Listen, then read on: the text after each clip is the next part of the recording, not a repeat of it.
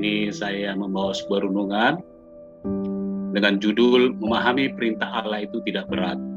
Adapun nats pendahulu kita didasarkan pada 1 Yohanes 5 ayat 3 sampai 4. Saya bacakan demikian bunyinya. Sebab inilah kasih kepada Allah, yaitu bahwa kita menuruti perintah-perintahnya. Perintah-perintahnya itu tidak berat, sebab semua yang lahir dari Allah mengalahkan dunia. Dan inilah kemenangan yang mengalahkan dunia, yaitu iman kita. Bapak Ibu terkasih, suatu saat dalam kebaktian lingkungan di tempat kami, seorang bapak di samping saya sambil mendengarkan firman berkata kepada saya demikian. Ini dalam bahasa Medan nih Bapak Ibu, dia berkata, enak kali lah pendeta itu ya, ngomong aja dia.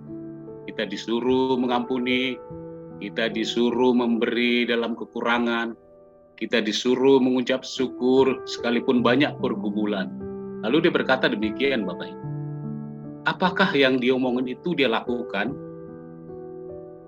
Kan melakukannya sangat berat, demikian kata Bapak sebelah saya itu. Lalu saya meyakinkan Bapak itu, dan saya berkata, benar Pak, dia pasti melakukan itu.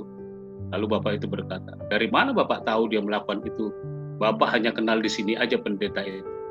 Lalu saya meyakinkan dia, saya katakan, dari statusnya sebagai pendeta atau pengkhotbah. Maksudnya bagaimana?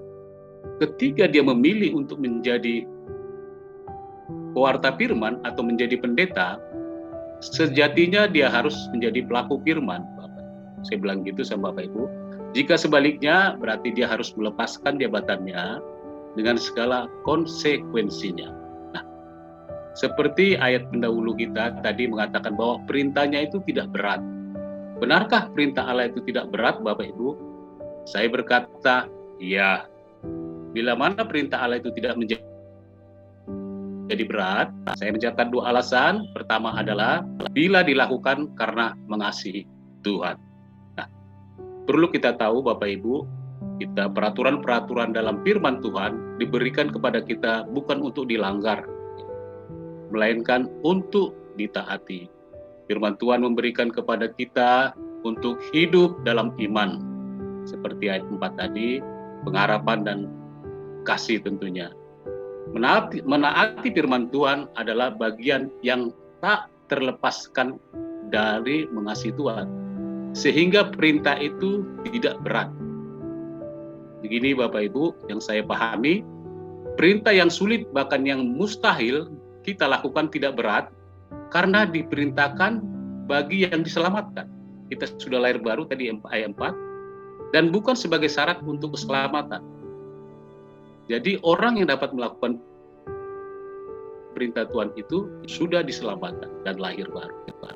Ketiga 10 perintah Allah dalam perjanjian lama diberikan kepada orang Israel didahului oleh kalimat akulah Tuhan Allahmu yang mengeluarkan engkau dari perbudakan di Mesir. Jadi lakukanlah firman-Ku, demikian kata Tuhan. Nah, perlakuan ini diberikan bukan supaya orang Israel dikeluarkan dari Mesir, tetapi setelah dikeluarkan, diselamatkan dalam bahasa kita sekarang. Dengan demikian kita bisa melihat bahwa kebenaran itu berlangsung terus-menerus sampai zaman perjanjian baru. Nah, sekali lagi kebenaran yang ada ditulis dalam 1 Yohanes 5 ayat 3 dan 4 ini bukan sebagai syarat untuk keselamatan, Bapak Ibu ya, tetapi karena kita sudah diselamatkan. Jika kita diperintahkan untuk melakukan firman Tuhan supaya kita diselamatkan, mustahil, tidak ada bisa orang dapat melakukan itu, Bapak Ibu. Suatu saat ada seorang dokter spesialis mata yang praktek dalam sebuah kota. Karena dia belum begitu dikenal, lalu dia mencari suatu cara agar dia memperkenalkan diri ke orang lain ya. Dengan cara dia pergi ke alun-alun di tengah kota, di sana dokter itu melihat seorang bapak sakit mata.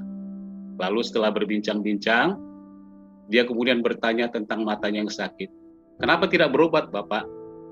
Lalu Bapak itu berkata, saya tidak mampu untuk berobat dan membayar biaya pengobatan. Lalu dokter itu berkata, besok pagi Bapak datang ke rumah dan saya akan mengobati dengan gratis. Namun hanya ada satu syaratnya. Jika Bapak sembuh, kasih tahu semua orang bahwa di kota ini ada dokter yang bisa menyembuhkan mata yang sakit. Lalu singkat kata Bapak ini sembuh dan dokter ini mengingatkan kembali tentang syarat yang telah disepakati mereka. Lalu Bapak yang sembuh matanya ini berkata, Pak dokter, saya nggak usah disuruh lagi. Dengan senang hati saya akan melakukan apa yang diperintahkan Bapak kepada saya. Saya akan memberitahu kepada semua orang, itu bukanlah perintah berat buat saya untuk melakukan perintah Pak Dokter. Di sini kita melihat bahwa sebenarnya perintah Allah itu tidak berat, Bapak Ibu. Dengan dasar kita harus lakukan dengan kasih. Dan Bapak yang buta itu, sakit mata tadi, dia melakukannya dengan kasih. Karena apa? Dia sudah disembuhkan, diselamatkan. Jadi setiap orang harus kita cermati, Bapak Ibu, bahwa ketika kita diselamatkan, perkara-perkara melakukan firman Tuhan itu bukanlah suatu perkara yang sulit. Tapi melakukan firman itu adalah perkara yang mudah kita lakukan. Tentu nanti kita lihat alasan kedua apa ya Bapak Ibu. Nah, cerita ini menggambarkan dan mengingatkan kita, saudara kita, orang yang percaya dengan Yesus dengan senang hati bisa melakukan perintah-perintah Tuhan. Karena apa? Dikatakan tadi di ayat 3 bahwa perintah itu tidak berat. Suatu kali Yesus berkata kepada Simon, Simon, apakah engkau mengasihi aku? Ya, engkau tahu Tuhan, aku mengasihimu. Demikian jawab Simon. Lalu Tuhan berkata, gembalakanlah domba-dombaku Simon. Ini kita lihat Bapak Ibu bahwa kasih kepada Tuhan membuat Simon tidak berat melakukan perintah-perintahnya. Dan Simon menggembalakan domba-domba Tuhan. Jadi tidak ada yang berat Bapak Ibu ya. Karena dasarnya adalah kasih.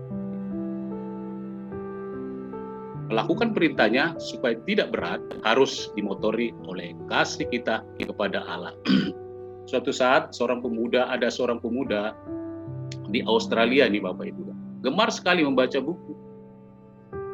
Dia sering ke toko buku, melihat-lihat apakah ada buku yang baru, yang terbit. Nah, lalu dia mendapati sebuah buku yang tebal dengan covernya yang menarik, lalu membeli tanpa melihat penulisnya.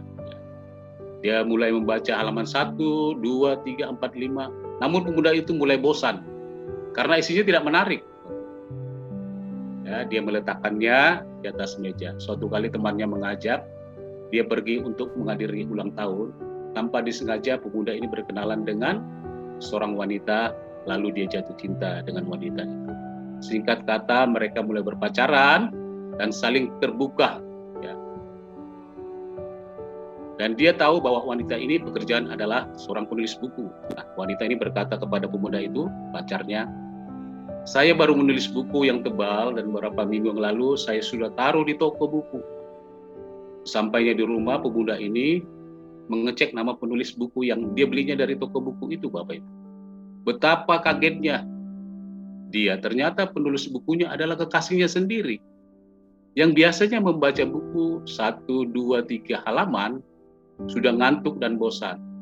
Namun pemuda ini membaca sampai pada halaman terakhir. Apa bisa ya Bapak Ibu ya? Yang tadinya sangat bosan membaca, tetapi justru kebalikannya, ini semua didasarkan akan cintanya kepada penulis buku itu. Sehingga perintah-perintah dan tulisan dalam buku itu pun tidak berat dia lakukan untuk membacanya. Karena didasarkan oleh kasih. Dalam Kejadian 29 ayat 20 kalau nggak salah Bapak Ibu ya, saya akan bacakan. Berkata demikian, jadi bekerjalah Yakub 7 tahun lamanya untuk mendapatkan Rahel itu. Tetapi yang 7 tahun itu dianggapnya seperti beberapa hari saja. Karena cintanya kepada Rahel. Luar biasa Bapak Ibu ya. Kita tarik pelajaran dari Kejadian 29 ayat 30 ini. Bahwa karena cintanya kepada Rahel, maka dia bekerja 7 tahun. Tidak menjadi berat. Semua perintah Laban dikerjakan pamannya. atau tulangnya Bapak Ibu ya. Nah, itu mendasari kita bahwa melakukan firman Tuhan itu tidak ada yang menjadi berat.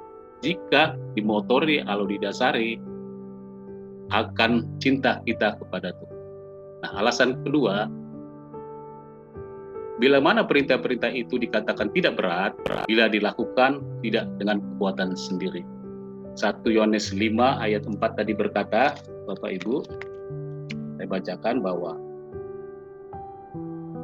ayat 1 Yohanes 5 ayat 4, sebab semua yang lahir dari Allah mengalahkan dunia, dan inilah kemenangan yang mengalahkan dunia, iman kita. Kita perlu mengetahui Bapak Ibu bahwa dunia ini tidak berkuasa menentang kemenangan Allah.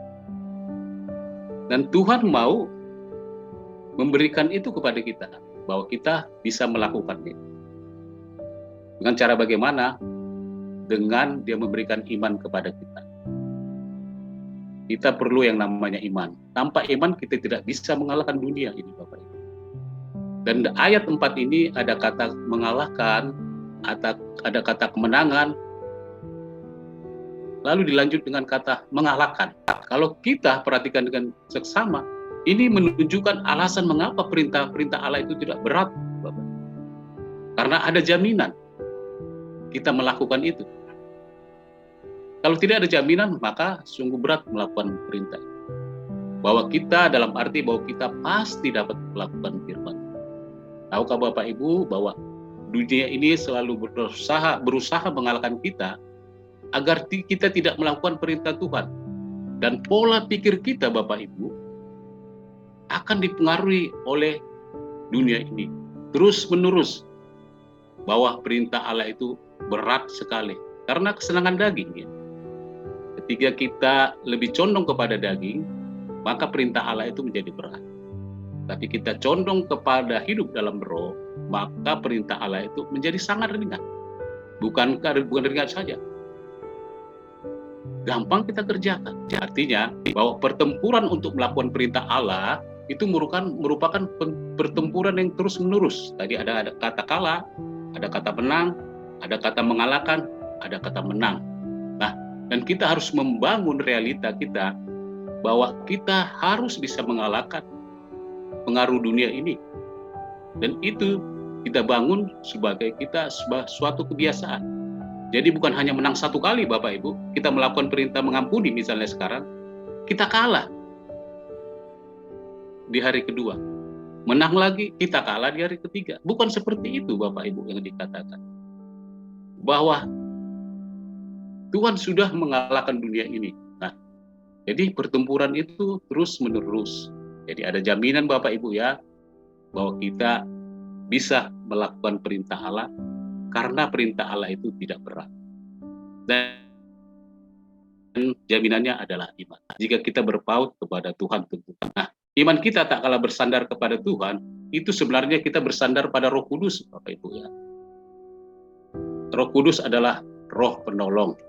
1 Yohanes 4 ayat 4 berkata demikian, kamu berasal dari Allah, anak-anakku, dan kamu telah mengalahkan dunia ini, sebab roh yang ada dalam kamu lebih besar daripada roh yang ada di dalam dunia ini. Jika kita bersandar pada Roh Kudus, maka perintah-perintahnya itu bukan setengah berat, tetapi menjadi tidak berat Bapak Ibu ya. Ilustrasinya begini Bapak Ibu, saya akan berikan. Suatu kali seorang anak berumur 10 tahun bersama bapaknya membersihkan kebun. Mereka juga mau memindahkan sebuah batu rencananya yang cukup besar karena mengganggu ketika mereka lewat. Tiba-tiba ayahnya mendapatkan telepon dari seorang yang meninggalkan dan dia meninggalkan anaknya sebentar. Ketika ayahnya balik, dia melihat anaknya berusaha memindahkan batu itu dengan sekuat tenaga. Namun sedikit pun batu itu tidak bergerak, Bapak Ibu. Dan ayahnya terus mengamati dari jauh, apakah anaknya ini bisa memindahkan batu itu? Ternyata tidak bisa. Ayahnya melihat anaknya lelah sekali untuk melakukan hal tersebut. Lalu dia mendekati anaknya dan anaknya berkata, "Ayah, mengapa saya tidak bisa memindahkan batu ini?" Ayahnya menjawab dengan tersenyum, engkau melakukannya dengan kekuatanmu sendiri, pasti tidak bisa. Karena kekuatanmu sungguh sangat terbatas. Namun jika engkau melakukannya dan melibatkan Ayah, engkau akan sanggup memindahkan batu ini. Dan batu yang lebih besar, bahkan terasa ringan dan tidak berat. Lalu ayahnya berpesan pada anaknya, "Nak," demikian kata bapaknya, "Nak, libatkanlah ayah dalam segala hal, maka pekerjaanmu tidak menjadi berat dan menjadi ringan." Dan ini mengingatkan kita bahwa melakukan firman Tuhan, Bapak Ibu, jika dikerjakan dengan kekuatan sendiri, maka hasilnya adalah kita tidak bisa melakukan. Maka jaminan kekuatan tidak ada, Bapak. Karena dikatakan Roh Kudus, Roh Penolong, Dia akan memberikan kekuatan kepada kita. Dalam hal apa? Salah satu yang menjadi persoalan besar manusia dan saudara-saudara kita sekandung adalah sulit sekali mengampuni. Ini salah satu contoh dari banyak ya. Sulit sekali mengampuni. Saya tidak bisa, Pak, mengampuni. Kalau kita kerjakan dengan kekuatan sendiri, maka kita tidak bisa, Pak. Perintah itu akan menjadi berat karena dasarnya adalah kekuatan sendiri. Tapi kalau dengan kekuatan pertolongan Roh Kudus, maka perintah Allah itu menjadi ringan dan kita pun dapat melakukannya. Dan konflik bisa diminimalisir ya.